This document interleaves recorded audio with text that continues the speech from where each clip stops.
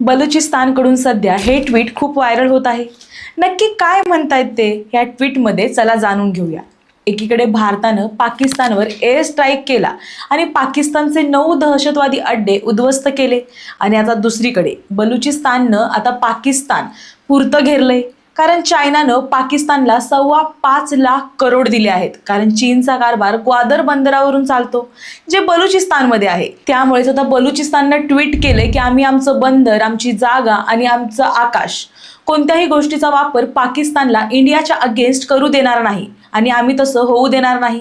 आणि ही खरी वेळ आहे जेव्हा भारतानं बलुचिस्तानला स्वतंत्र देश बनवण्यासाठी मदत करण्याची आणि बलुचिस्तानला पाकिस्तानपासून वेगळं करून एक वेगळा प्रांत बनवण्यासाठी मदत करण्याची.